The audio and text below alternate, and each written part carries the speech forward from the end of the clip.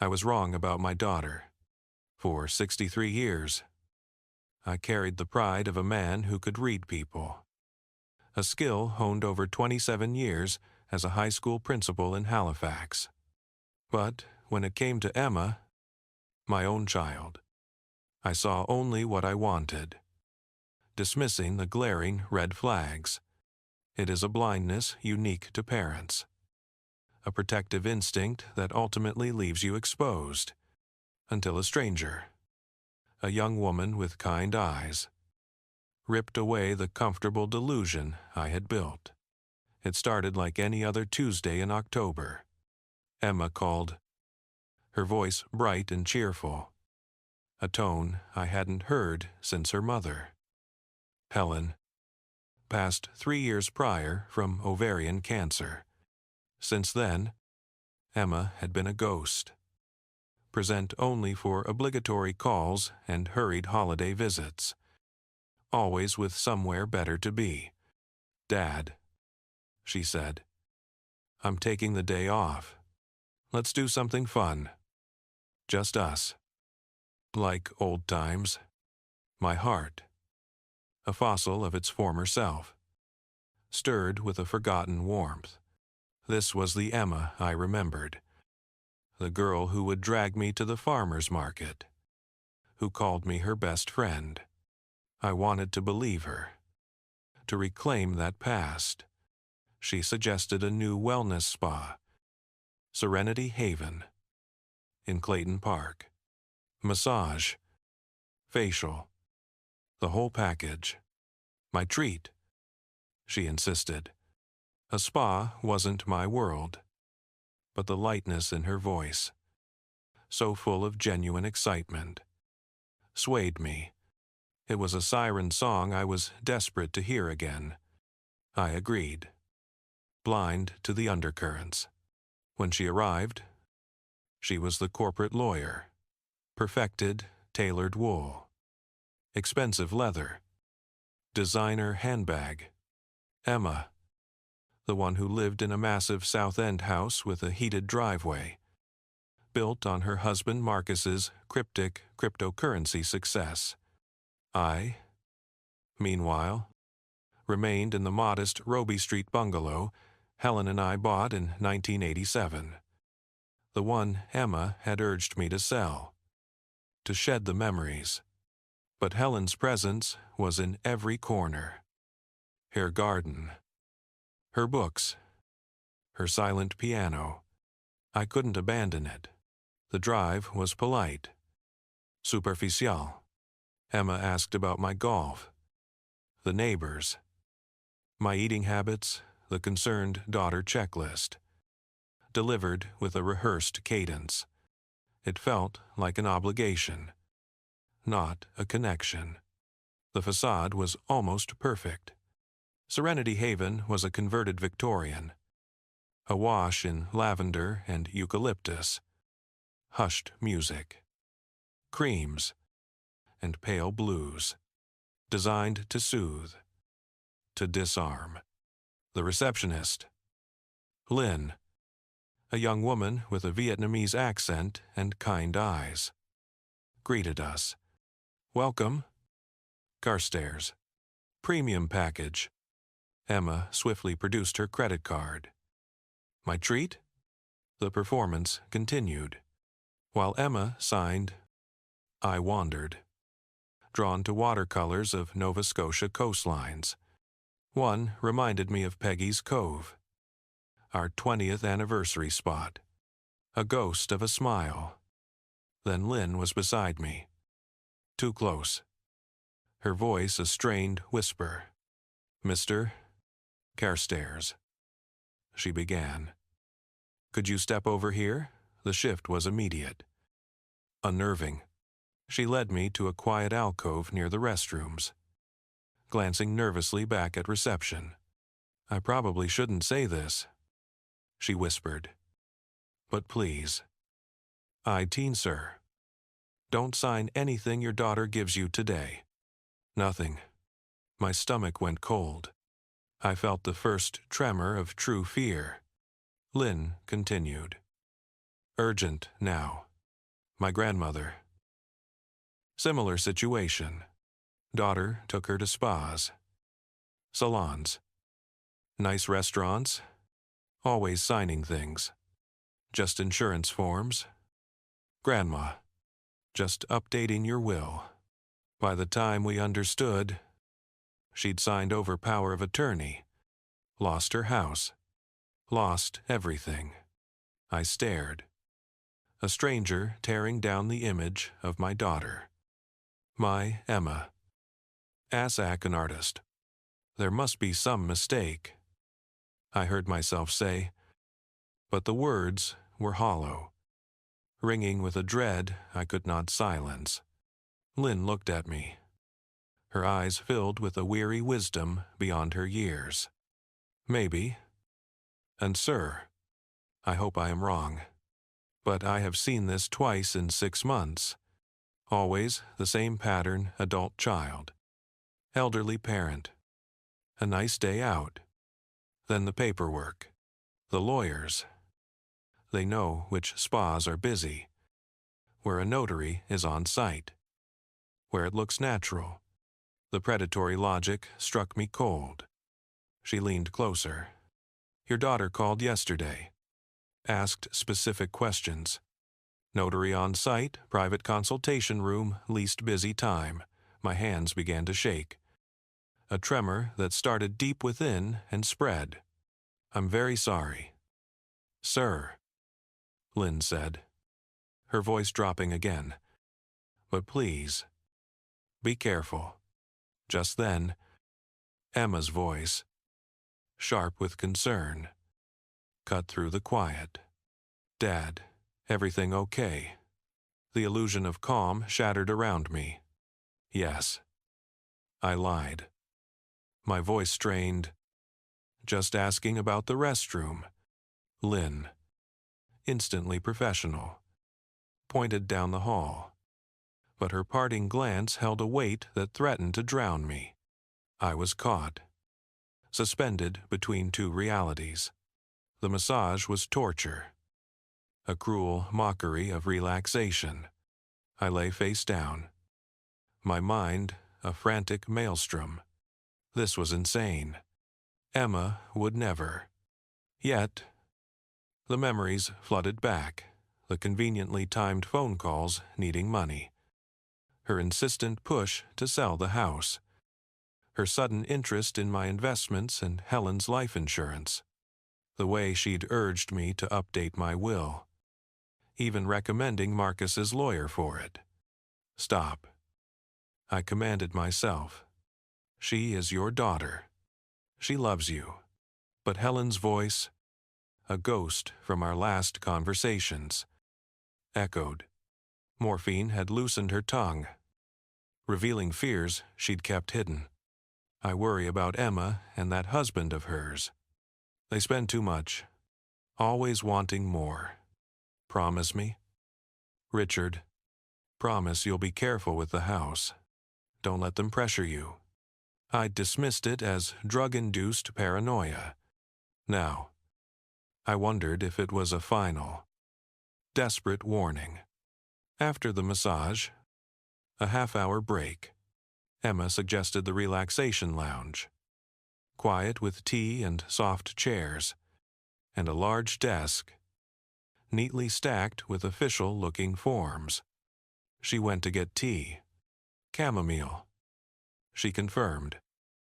Then vanished. My body moved before my mind. A primal instinct. Down the hall. Past the massage rooms. The staff-only exit wasn't locked. I pushed through.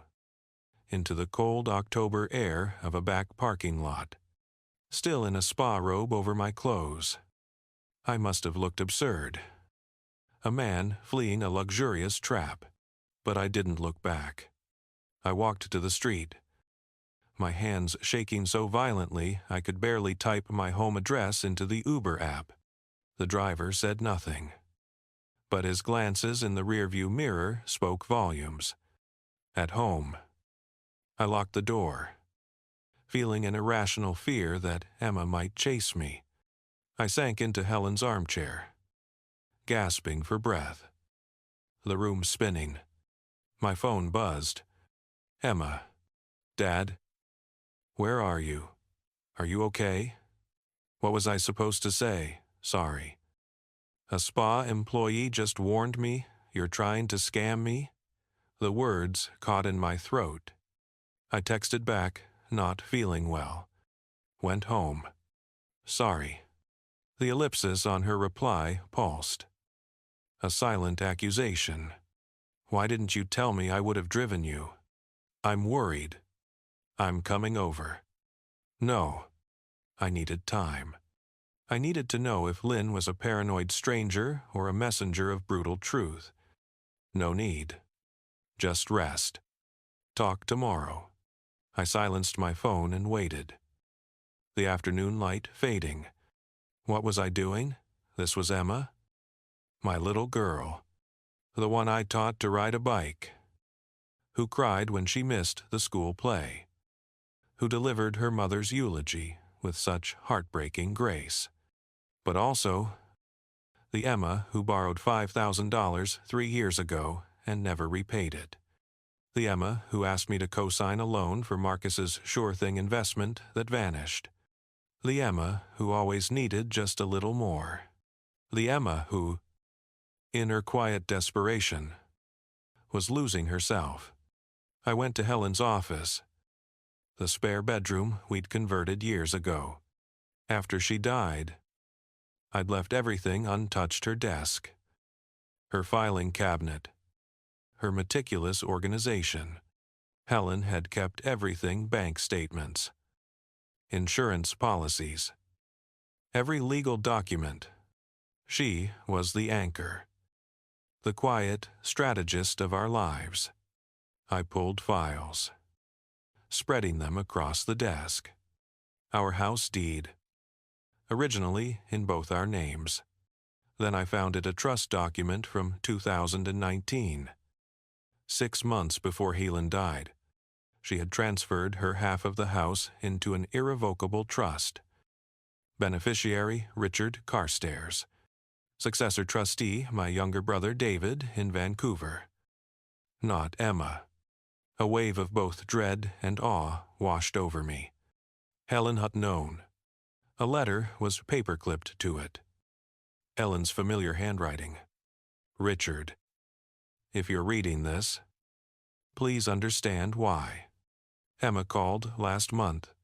She and Marcus are in deep financial trouble. She wanted us to consider a reverse mortgage or selling the house to move in with them. She framed it as concern for your well-being. But I heard the desperation. I love our daughter, but I also know Marcus can persuade her to poor choices. This house is your security, your home.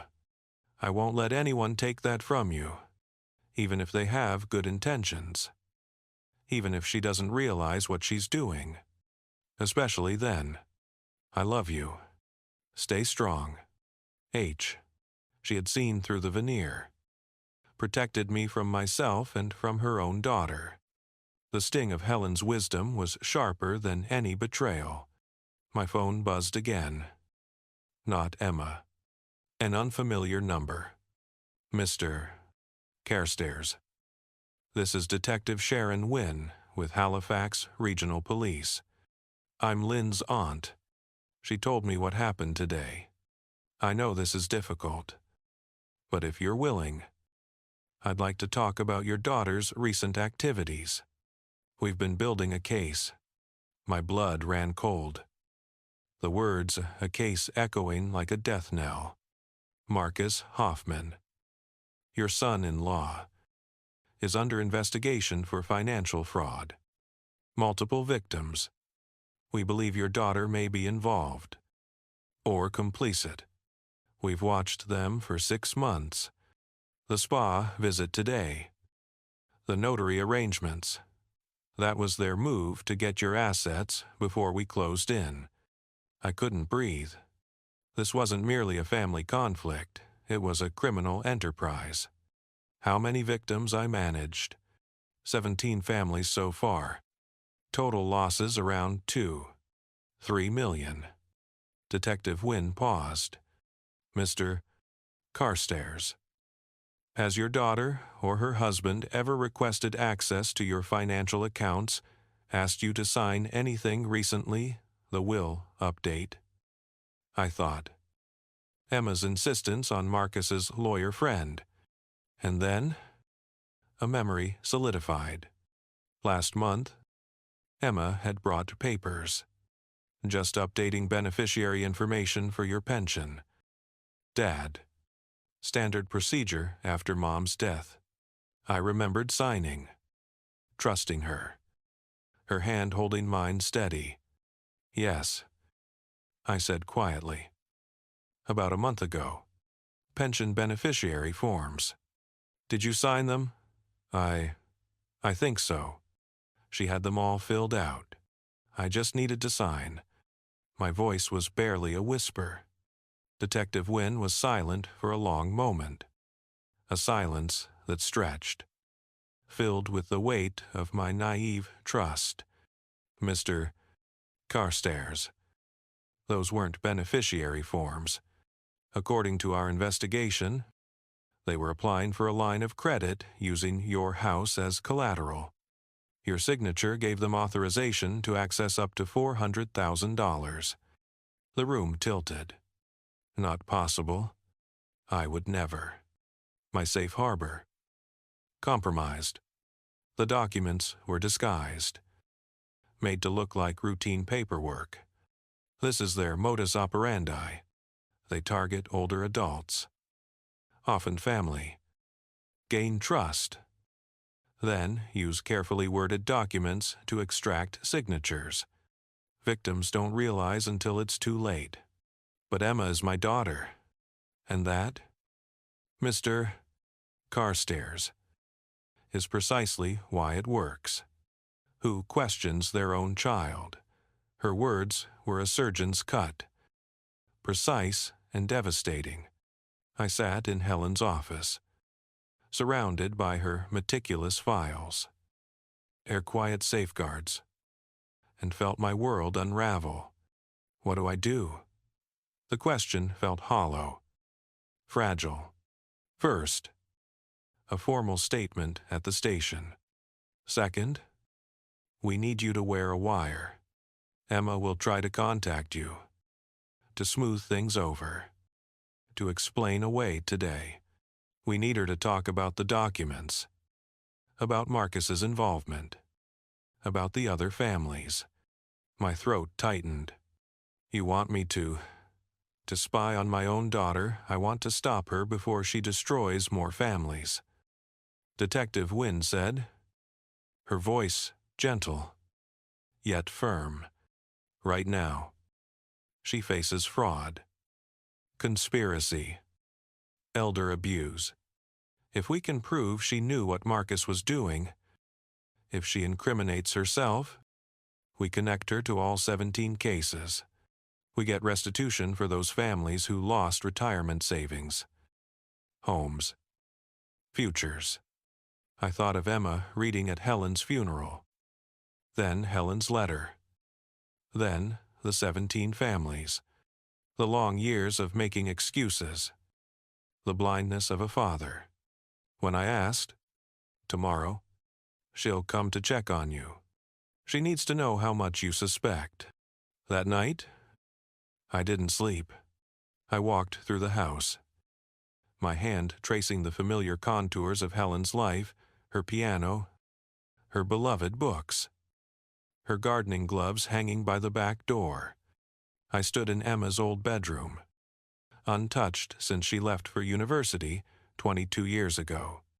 Her swimming trophies, faded band posters, photos of her and Helen laughing, embracing. A love so palpably. When had it gone wrong, or had I simply chosen not to see it? Unwilling to mar the perfect image of my child, the doorbell rang at 9 the next morning. Emma stood on the porch, a shopping bag from Soe's in her hand. Dad, you scared me yesterday. I brought soup, Homemade. Her smile didn't quite reach her eyes. The wire, cold and alien, was taped to my chest beneath my shirt. Detective Wynne was parked 2 houses down. Of course, I said, letting her in. Emma bustled into the kitchen. A practiced performance of domesticity. Chicken soup, fresh bread, fruit salad. "I'm so sorry you weren't feeling well," she chirped. "We had such a nice morning planned." "Yes," I said, careful. About that. The spa was lovely. But I was wondering, what were we going to do after the treatments? Emma's hands paused. A tiny, almost imperceptible hesitation. "What do you mean? The receptionist mentioned you'd reserve the consultation room with the notary." Her smile faltered. A crack in the facade. "Oh, that, yes. I thought while we were there, we could just quickly go over some paperwork. Nothing major. Just, you know, making sure everything is organized. Mom would have wanted that. The familiar manipulation. Helen's name used as a shield. What kind of paperwork?" I pressed. "Just updating your will. Making sure the beneficiaries are current. And this new investment opportunity Marcus found. Really solid. But we need to move quickly. The urgency. The thinly veiled pressure. It was all there. And Emma..." My voice was steady, betraying nothing. "Tell me about the pension forms I signed last month." Her face went utterly still. A mask of frozen calm. "What about them? Were they really pension forms?" I watched her carefully. "Of course they were."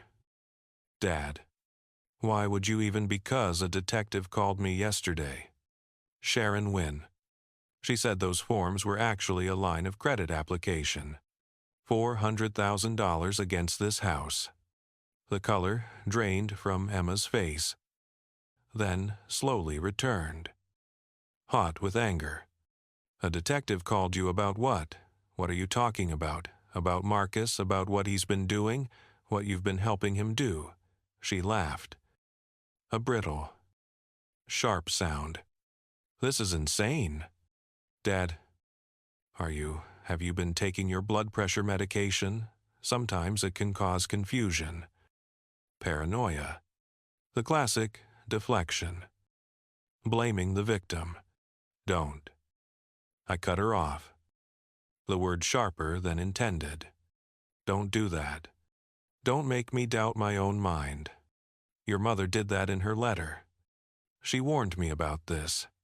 The mention of Helen, of a letter, hit her hard. What letter? The one she left, with the trust documents. The ones that put this house where you can't touch it. Emma's face cycled through shock. Anger. Calculation. And finally, something that looked almost like grief. The truth was a physical blow. "She did that," Emma whispered. "Mom put the house in a trust without telling you. Without telling me she was protecting me from you." The words were a bitter confession. From me her voice rose, raw with accusation. "Dad, I'm your daughter. I love you. Everything I've done has been to help you. To make sure you're taken care of after Mom died."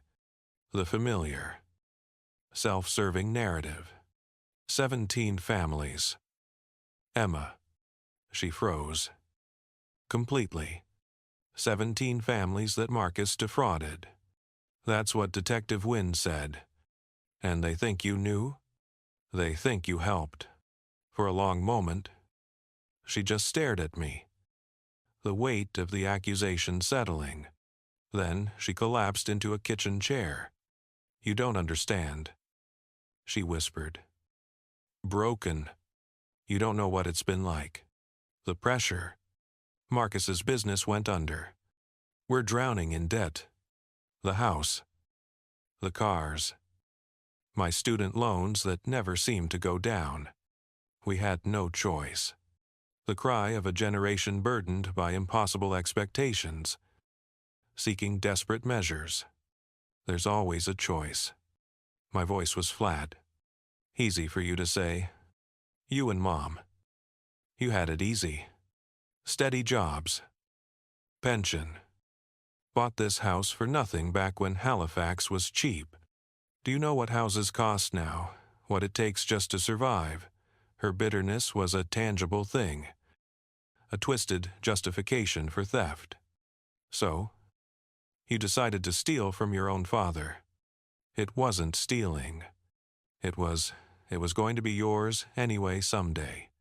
We were just accessing it early, and we were going to pay it back. Once Marcus's new venture took off, I looked at her, truly saw her. His new venture is prison. Emma, and yours, too, unless you help them. She looked up, and for a fleeting second, I saw my little girl again. Scared, lost in a labyrinth of her own making. What do I do? She asked. The question laced with a desperate plea. You tell the truth. You help them find the money. You make this right for those families. The path to redemption. Narrow and unforgiving. And then, when I go to jail, lose everything. You've already lost everything that matters. My words were a final, crushing judgment. She stared at me, and I watched the moment her choice was made. Her face hardened, the last vestiges of fear replaced by resentment. You're wearing a wire. Aren't you? I didn't answer. Emma stood, grabbed her purse. The air crackling between us. I should have known. You always were Mom's favorite. Always took her side. Even now, when she's dead. You choose her over your own daughter. The accusation stung. Yet, it was the truth. But a truth twisted by her own pain. I'm choosing right over wrong. Good for you. Dad, enjoy your moral superiority. Enjoy this house. Enjoy being alone. She moved towards the door, then turned back, her eyes blazing with an old, festering wound. You want to know when it went wrong? When I stopped being your precious little Emma, it was when Mom got sick. And you both shut me out. I wanted to help, to be there. But you wouldn't let me. You sent me away, told me to focus on my career, that you had it handled, and then she died. And I wasn't even there. I was in Toronto at a deposition because you told me not to come. So, don't you dare stand there and act like you're the victim. You abandoned me first. The door slammed. A final, definitive sound. I stood in the kitchen, the wire still recording, and realized the chilling truth in her words. We had shut her out. Helen, wanting Emma to remember her vibrant, not diminished by pain. And I, too lost in my grief, had followed suit. We thought we were protecting her, shielding her from the inevitable. Instead, we pushed her away, into the embrace of a man who exploited her loneliness and desperation, her perceived abandonment. But that truth, however painful, who did not excuse the betrayal, did not erase the 17 families. Detective Wynne arrived 20 minutes later. We got everything we need. Her words were both a relief and a heavier weight. She'll be arrested this afternoon. Marcus was picked up an hour ago. The end had come. Swift and brutal. What happens now? I asked. My voice barely a whisper. Now, we build the case. With your daughter's statement, the confession we just recorded. We connect the dots on all 17 victims. We pursue asset recovery. The gears of justice grind slowly. It won't be fast, and it won't be 100%. But it's something. And Emma, she paused, a look of somber understanding on her face. That depends on her cooperation. If she testifies against Marcus, helps us recover the funds, shows genuine remorse, the prosecutor might offer a deal. 3 to 5 years instead of 15. 3 to 5 years. My daughter, in prison. A future I never imagined. A consequence of a choice I refused to see. Mr. Carstairs. Detective Wynne said gently, "You did the right thing. I know it doesn't feel like it. But you did." Her words offered no comfort, only a stark, unyielding truth. After she left, the house felt even emptier, hollowed out by the echoes of betrayal. I walked aimlessly, finally stopping at Helen's piano. I hadn't played since high school, but I sat, pressing a single key, middle C. It rang out, clear and true. A pure, résonnant note.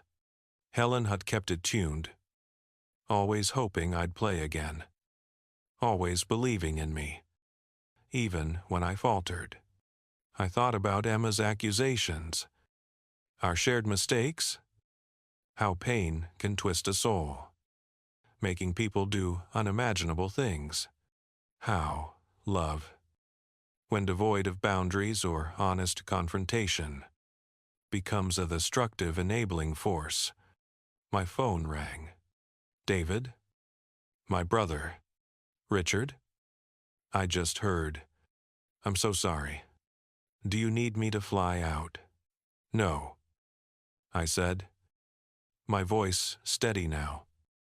I'll be okay. What will you do? I looked around Helen's house, our sanctuary, the place she had fought to protect. I don't know yet, but I won't sell it. I won't leave. This is where Helen is, where I can still feel her. And maybe someday, after Emma serves her time, after she's done the work to become someone her mother would be proud of again, maybe she'll come home, and the door will be open. You're a better man than I am. David said, "No," I replied, a quiet confession of my own. I'm just a father who failed his daughter, and now I'm trying to do right by everyone else's children, trying to learn to see the truth without the filter of hope. 6 months later, Emma pleaded guilty. She testified against Marcus, helping the prosecution recover nearly $8 million of the $2. $3 million stolen.